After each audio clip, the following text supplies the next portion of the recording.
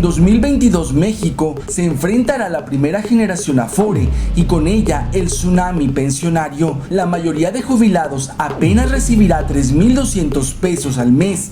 Un porcentaje sustancial lo tendrá que aportar el gobierno con dinero público por las pérdidas multimillonarias que registran las administradoras privadas y el ahorro insuficiente de los trabajadores.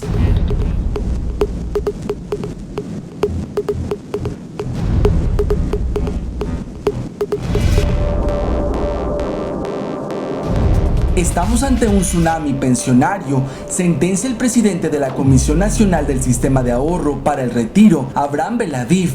En términos absolutos, ya sea que se trate de personas de ingresos altos o bajos, la verdad es que las pensiones van a ser muy modestas. Ese es el escenario en el que pronto se sumirán las personas de la tercera edad. Solo faltan 3 años para que la primera generación Afore empiece a pensionarse y en cuanto dejen de laborar, sus ingresos caerán 70% o más de un día para otro.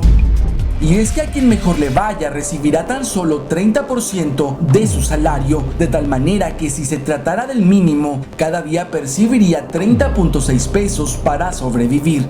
En casos tan precarios como ese, el erario federal asumiría la carga, reconoce el doctor Veladif. La mayoría, sin embargo, ni siquiera aspirará a esa pensión porque no logrará cubrir el mínimo de semanas cotizadas, 1,250, unos 25 años. En esos casos, los trabajadores recibirán sus ahorros en una sola exhibición y serán responsables de su manutención para el resto de sus vidas. La instrucción del presidente López Obrador y del ahora exsecretario de Hacienda, Carlos Ursúa, es que la gran reforma se estaría planteando hasta la segunda parte de la presente administración. El problema no solo se reduce al momento en el que se impulsará la reforma, sino también al fondo de la discusión.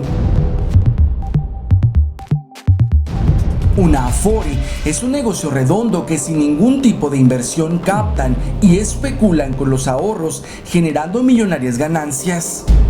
El mercado especulativo es el que dicta el comportamiento de las futuras pensiones y de ello se deriva su inestabilidad. Para convencer al ahorrador de que se cambie de Afore se le muestra el rendimiento de ese momento, pero en realidad no se puede garantizar una rentabilidad. Puede ser que a las inversiones no les vaya muy bien. En abril de 2019 sumaban más de 3 billones de pesos administrados por 10 Afores y de acuerdo con la CONSAR corresponde a más de 63,000 millones de cuentas administradas sin voz ni voto de los ahorradores. El capital se invierte en proyectos privados y gubernamentales como el fallido nuevo aeropuerto de la Ciudad de México.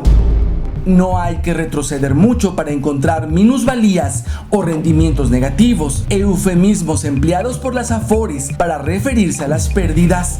En el último trimestre de 2018 ascendieron a 138,580 millones de pesos por la incertidumbre que generó el cambio de gobierno y la cancelación de proyectos.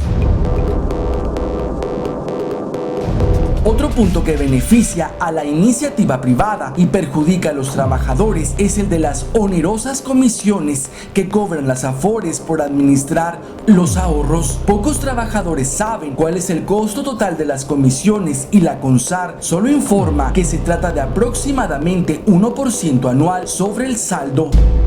En un trayecto de 25 años, el costo de comisiones oscila entre 23 y 25%, dependiendo de las condiciones laborales del ahorrador, estiman los análisis de la investigadora de la UNAM, Berenice Ramírez.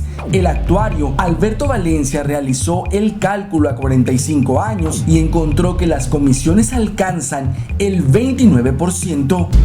Aunque México ratificó el convenio 102 de la OIT relativo a la seguridad social, el sistema de pensiones por capitalización individual no es congruente con lo establecido. De acuerdo con el convenio, debe existir la certeza de una pensión. Las personas deben percibir por lo menos el 40% de su salario y el Estado debe intervenir como regulador.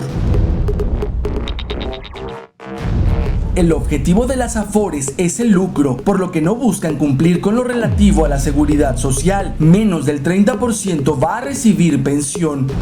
Investigadores promueven una discusión colectiva para formular un nuevo diseño que permita sostenibilidad y viabilidad. Para empezar, es necesario hacer una evaluación sistémica de los efectos de la reforma. El sistema no puede perder los ahorros de quienes ganan 5 salarios mínimos o menos. Tienen que garantizarles una pensión que les permita mantener al menos su nivel de vida.